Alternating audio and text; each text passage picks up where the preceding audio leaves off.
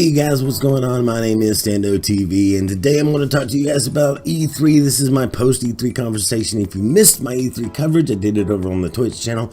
Why? Because we pushed over 1,500 followers there on the Twitch channel. That's where I've been spending a lot of my time here lately.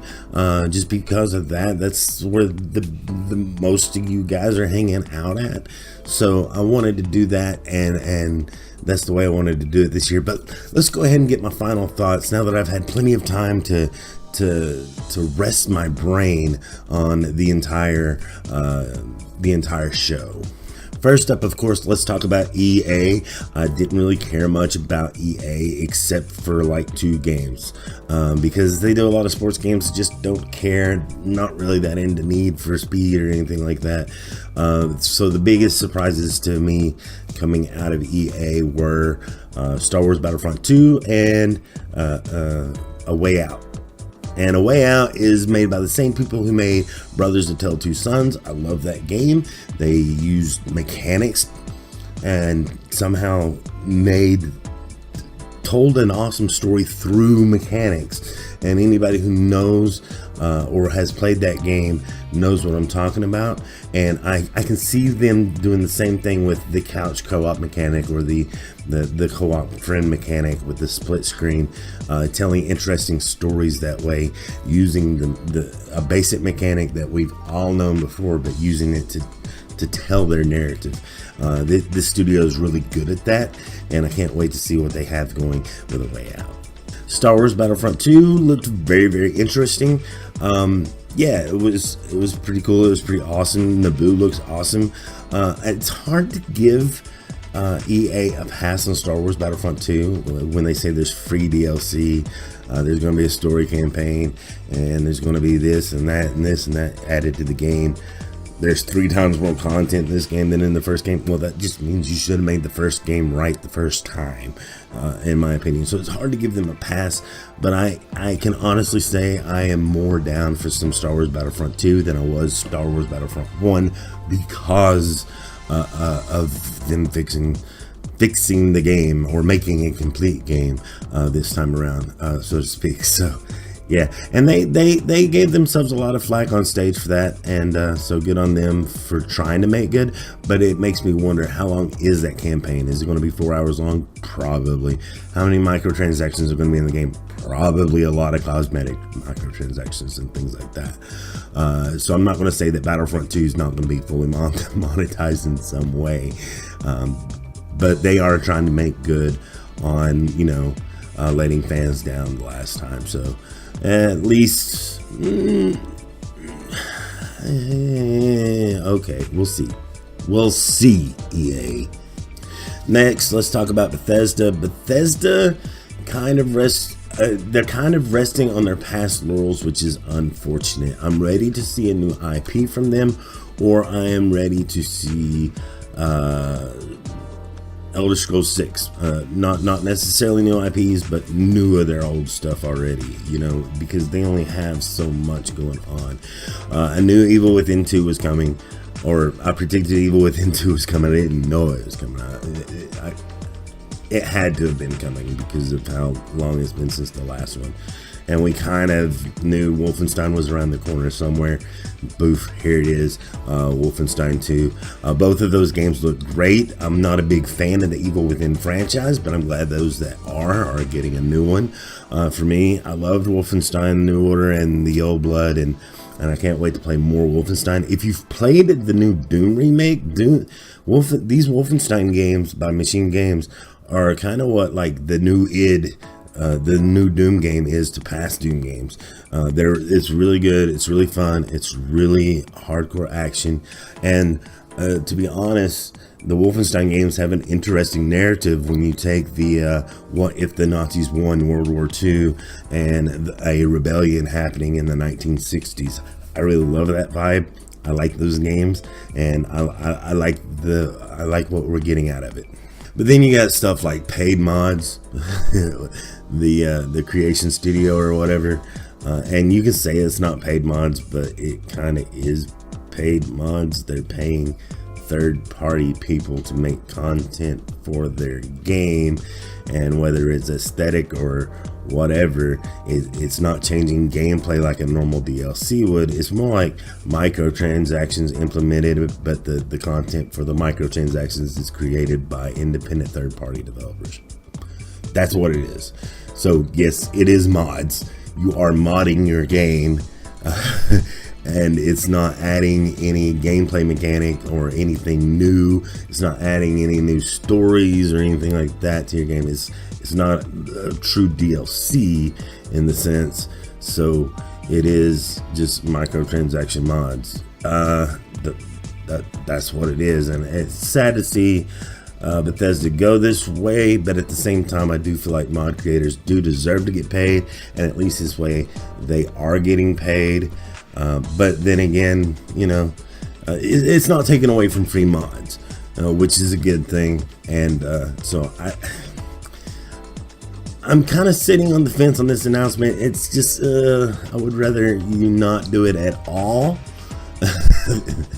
And just focus on making good games and not worry about the financials in the aftermath, because when it comes to mods, that's why you're selling so many copies 10 years after your game came out, is because of the modding community keeping that game alive. So if you're really worried about financials, just keep it the way it is. But no, you gotta go fucking with shit, and some people get pissed, and some people try to find what's going on there, and it just sucks. Morrowind, I'm into that, but we knew it was coming way before E3. You didn't have to Bethesda conference probably didn't need to happen. They probably could have put Evil Within 2, and they probably could have put Wolfenstein 2 on the Xbox or Sony stage and just not worried about it. And it was just kind of there. Now let's talk about Microsoft. Microsoft is in interesting conference this year. They were showing off some new hardware and potentially new games to go on the hardware. And as far as the hardware concerns, it's called the Xbox One X. That's what the Xbox One Scorpio is now going to be called, is the Xbox One X. And it's a fine console. It's the most powerful console ever released, no doubt about it. It's going to be $500, which is kind of steep for most console players, but you got to remember the PS3 was $600, and it was touted the most powerful console at the time. But power isn't everything. It is impressive specs and all of that stuff, but at the end of the day, power isn't everything. Show me the games. Phil Spencer came out and says we got 40-something games and we got 20-something exclusives. No, you don't. You have 6 exclusives. When he said he had 22 exclusives, he was counting launch exclusives in there. And launch exclusives to me doesn't mean the exact same thing as exclusives. Because launch exclusives, that just means, yes, it's coming to your platform first, but sooner or later it's going to go out and mingle around with PS4s and PCs and Nintendo Switches and everything else. So, yeah, that's kind of unfortunate that the first party true exclusives are kind of lacking, and they're kind of things that we already knew were coming, right? You got State of Decay 2, you got your Sea of Thieves, and you've got your Crackdown 3, you've got Cuphead, you've got there was some games that I was hyped for or at least that I thought they were impressive at Xbox's show. Certainly I thought Forza was very impressive. Forza 7 looks amazing, especially in native 4K 60 frames per second. That game looks awesome. I was completely blown away that we're getting Metro Exodus. I love the Metro series. I love Metro 2033. I like Metro Last Light. I can't wait to play a new Metro game. Is this Metro game truly open world? I hope so. It would be awesome. It would be like, oh, Metro's doing Fallout now, bitches. Drop the mic. Yeah, it would just be cool. Anthem looks amazing. They did a good job at showing world building. They did a good job at showing the beautiful rendered vistas that they've got going on, the locations, and conveying what kind of world you're going to be playing in, and that it is an open world. But at the same time, this is like BioWare's version of Destiny or BioWare's version of The Division, and I'm just not really into those type of games. They're just not my cup of tea. But if you are a fan of Destiny, or you are a fan of The Division, or Borderlands, or games like that, then you're gonna dig this, man. You're gonna love this. This looks amazing, and I can't deny that. It looks awesome. It's just really not my cup of tea. That's all. But again, both of those games are Metro and the Anthem game are third-party games. They're not even launch exclusives to Xbox. So Xbox, no, I mean, it was a fine conference. It was a good conference. There's a lot of games there that I think that I would be interested in, but they're not any first party killer apps that I'm not going to get anywhere else experiences there. So right now I'm just going to have to pass on buying an Xbox. Maybe I'll buy some of the Windows 10 versions of some of their indie games that they showed out, because First Light looks amazing, and it's going to be a launch exclusive to Xbox and Windows 10. So maybe I'll pick up the Windows 10 version of is it Last Light? No, Last Light or First Light? I can't remember. But it was it's the side-scrolling, very noir-esque, very Blade Runner-ish looking game. Yeah, I'm totally interested in that. So yeah, can't wait to see that. That game looks awesome. Now let's talk about Ubisoft. And in my mind, Ubisoft won game. They won the show. They won E3. Really? Maybe. Assassin's Creed looks fantastic. There was this weird moment where they're showing Assassin's Creed on like a television device outside when they were touting that they were doing 30-minute gameplay after the Ubisoft conference, which I wish they wouldn't have done that. When you got live feed, don't ever point your camera right at the screen with the sun glare and all that stuff coming down on it. No. You have live feed, use it. Right? You have live feed, use it. Mario Rabbids didn't do anything for me. It really didn't. Let's see. Far Cry 5, it looks like more Far Cry. I like this. Here's my problem with Far Cry 5, right? With Far Cry 5, their narrative that they're trying to aim for is interesting. When you've got these cultists or these zealots, and you're telling a U.S. Western, Westboro Baptist Church vibe thing. I like that setting and that story, even though a lot of people say it's been done. But I like that Red State vibe, but it needs to be darker. It needs to be grittier, and I just don't know that we're going to get that. It looks like they're going to try to play it up as being too fun. It would have been more interesting to see them go the actual route of getting down dirty with this narrative, but it looks like they're going to play it off as kind of like a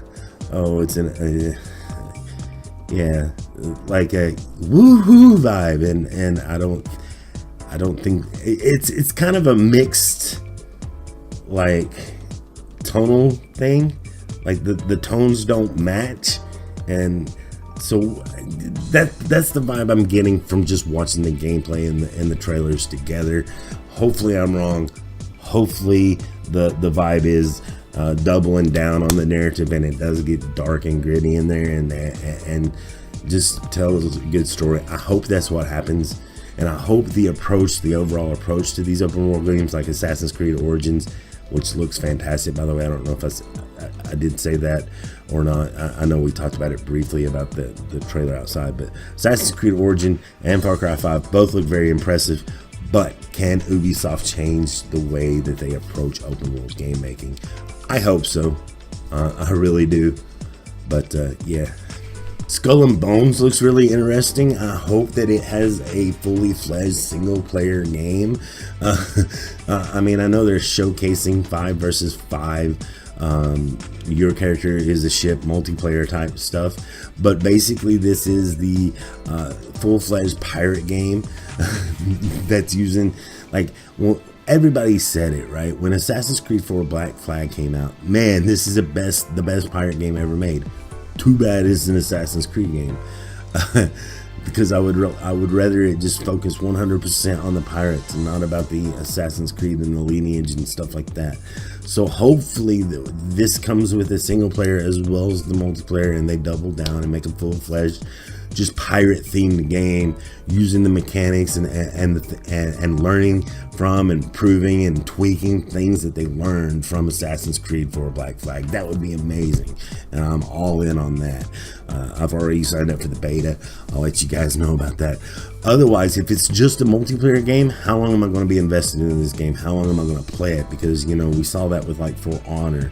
You know, the 15 minutes of fame game is not worth $60 to me, and we've talked about that time and time again with other games that have tried that in the past, like Evolve, or even I know a lot of people are having fun with the new Friday the 13th, but as a full price game, is that just flavor of the month, or is it going to improve and build upon that? Or things like that worry me, and I don't want multiplayer only experiences. I want good single player experiences to accompany good multiplayer usually, and hopefully I get that out of this game. I really hope I do.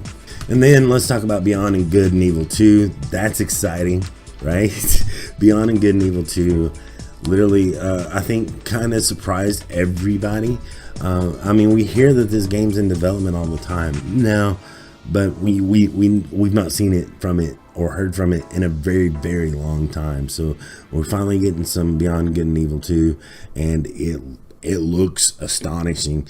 Of course, everything that we saw was just a pre-rendered CGI trailer, but it was an awesome pre-rendered CGI trailer, and I hope that this game ends up being good for fans of the series who have waited for a sequel for a very long time. And honestly, I think this game is way the fuck out. I think this is like the 5th restart that they tried on this game or something like that, and this is their last chance to nail it, and they're trying to get fans on board to help develop the game. That's what the Monkey Squad thing is. Join the Monkey Squad and help develop the game, which means that this game is nowhere near being finished. They just wanted to let fans know, hey, we hear you, it's on the way. And to see that this is when we see even the Mario Rabbids guy who was crying when Miyamoto came out on the stage. And then you have the guy at the end that's making Beyond Good and Evil 2 finally getting his sequel realized and heading into a definitive direction. Get kind of teared up and thank the CEO for allowing Ubisoft to make his game, and then you have all the dev parties coming up on the stage. I mean, even though Ubisoft does make the same game over and over again, and I'll admit that, out of the big three, they are probably one of my favorite. They're my favorite publisher of the big three, and that's probably why I give them so much shit. I give them hell because I want them to be good. But you can tell their devs really care about their projects. Their devs really care about their games, and that showed through more than anything at the Ubisoft conference. Luckily, there was not too much cringe. There was that one dance thing. I kind of did miss Aisha Tyler's presence there, but at the same time, I understand the flow and the direction. They wanted to be more like the Xbox conference or more like the PlayStation conference, where everything flowed kind of smoothly and they just worried about the games and let the games try to sell themselves. And that's not bad either. So yeah, good on you, Ubisoft. I really enjoyed that conference, and yeah, awesome. PlayStation for me fell into a weird place, right? In the PlayStation conference, I'm more excited to play any of those games than I was at any of the other conferences. Like, they have more games that I'm interested in than any other conference. But at the same time, there was that lack of surprise. I mean, and I should have seen it coming. You know, they've been winning E3, every E3 since what, 2013? So, like, they won 2013, they win 2014, 15, 16. they won 4 years in a row, and with all the exciting and announcing stuff like the E3 of Dreams, right, where they got Shenmue 3 and Final Fantasy 7 remake, and last year they showed God of War, Days Gone, a bunch of this, really cool stuff. But eventually you gotta put up or shut up and start getting release dates out there and actually working on the game. So I knew sooner or later that we were going to run into this. Hey, we can't throw surprises out there forever. It's time really to start working on the games and making good on future promises. And that's kind of what this conference was. It was saying, yes, God of War's coming spring of 2018. Yes, Detroit Human is coming later this year, probably December 26, 2017. Yes, Days Gone is coming December 26, 2017. Yes, Spider-Man is coming in 2018. Yes, you get what I'm saying. So they didn't really show anything new. They just showed you things that we already knew about, or they've already announced in the past, and kind of released a release date window on it. Not hardcore release dates, but windows, which is all good and fine for me. A couple of side notes there. I am really impressed with Spider-Man. Spider-Man looks amazing. It really does. People are saying, oh, it's going to be a QuickTime Fest. No, I don't think it is. I think it's going to be woven into the cinematics and punctuate what's going on. But I think this is going to be an open world Spider-Man game like we've seen in the past. And it's not going to be any different than, like, I don't know, those Uncharted cinematic moments where you're doing the quick times really quick. I think it'll be fine. I think it'll be fine because I think that's the only way to do certain things, because if you look at how Spider-Man moves and how he tosses and sometimes you gotta dig down deep and figure out how you're going to do a cinematic scene like that with the way Spider-Man moves, and you can't really rely on true 100% gameplay to push you through that section. So how do we get the player to move through this little bit of and make it awesome looking? Well, you got to put a few quick times in there. I'm okay when quick times do that. I don't like quick times when that's how you beat a boss. You know what I mean? I don't like it when the game's full on quick time events, but little accent quick time events, they usually don't bother me, and I am okay with that. God of War looks amazing. This is the first God of War that I'm going to play, and I'm a PlayStation fanboy. I've tried playing God of War in the past, and it didn't really grab me. I thought it was too over the top, too arcadey feeling. And I thought, it's over exaggerated, and I like to see Kratos more realized as a real character that you can relate to, and I am totally doubling down on this God of War. I'm excited for it, at least, and it looks amazing. It looks fucking cool. Monster Hunter is probably going to be awesome. I'm not really into that type of game. I've not played any of the Monster Hunters in the past, so it'll be interesting to see what Monster Hunter is all about. It looks pretty cool. It's got me intrigued. Could this be what Sony need? Is this going to fill my Scalebound thing that I want? Because I really wanted Scalebound. I really did. And so is this going to fill that void now that Scalebound's not coming to the Xbox? Monster Hunter going to fill that for me on the PlayStation side of things? I hope so. And finally, let's talk about Days Gone from PlayStation. Days Gone, I am doubling down. I don't like zombies. I don't like zombies all that much. I'm not a big Walking Dead fan. I've watched 6 seasons of The Walking Dead, and I'm like, it's okay. It's something to watch. I'm not a huge zombie fan at all. Like, I didn't like Dying Light. I don't like the repetitiveness of zombies. I did like The Last of Us, but I think it's because it was more of a character piece and an environment storytelling. And I feel like this could be the same thing. And what I do like from this game is the innovation of like how open it is. This is like The Last of Us meets Horizon Zero Dawn, and I am totally down for that. Right? Horizon Zero Dawn open world where you pick how you approach the situations, and each way you approach the situation might be different than the last time, or you know what I'm saying? Like, I think that's cool. That aspect of it is cool.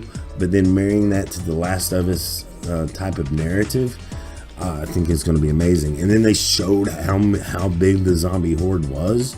Like, I've never seen that many zombies on a screen moving in the same direction with the fluent animations like that before. I mean, don't get me wrong, Dying Light had quite a bit of zombies on the screen at one time, but it wasn't as fluent, it wasn't as natural, it didn't feel as threatening as these swarms do. And I can't wait to see more from this game. I am totally in on this game for whatever reason. I don't know if it's the Son of Anarchy vibe I'm getting from it, or if it's the Walking Dead vibe that I'm getting from it, or if it's I don't know, the honest marriage of environmental storytelling and gameplay mechanics and narratives and everything just coming together at the right time. It just seems like this game is going to be bigger than what I thought it was going to be from this studio. We're not used to seeing this studio tackle projects of this scope, and to see them doing this, it looks amazing. I'm not going to talk too much about Nintendo because, well, copyright claims, and I'm not even going to show anything. Mario Odyssey looks good. I'm going to say that. Metroid Prime 4, I'm glad it got announced. Metro 2 remake, that's awesome. I played Metro 2 on the Game Boy. It's a great game. To get a remake with new abilities and things like that, it's going to be awesome. If you're a Metroid fan, this was definitely the E3 for you. And if you're a Mario fan, this was the E3 for you too. And I can't wait to see what more Nintendo's got coming out for the Switch later on, because I definitely want to get my hands on one. But like I said, I'm not going to talk too much about Nintendo here on the YouTube channel. I might talk more about it on the Twitch if you guys want to, but not here on the YouTube channel. But overall, guys, that's my thoughts on the E3 this year. The highlights for me, anyway. I don't want to dwell on some of the cringy negative moments of E3. I did want to just point out the highlights and say that every show actually did a good job, except for maybe EA, which EA was just not what I was into. But other than that, I think the games will sell themselves, and that was a good way to present the majority of E3, and I really had a good time watching it this year. There was less surprises, but it was still a good showing from all of the publishers, and I'm just glad. Like, it's a great time to be a gamer. It really, really is, and I'm just glad and thankful that video games are going to remain to be awesome. So yeah, there's that. But anyway, guys, let me know what you guys think down in the comments below. Don't forget to fill it up. Don't forget to share this video with your friends. Don't forget to give it a thumbs up if you don't care, or if you don't mind, I should say. Don't forget to follow me over at Twitter at StandoTV, over at Twitch, twitch.tv/StandoTV, or you can go to the website StandoTV.com. That would be awesome. Yeah, do that. Until next time, guys, remember that I love your face. We'll catch you next time. Have a good one.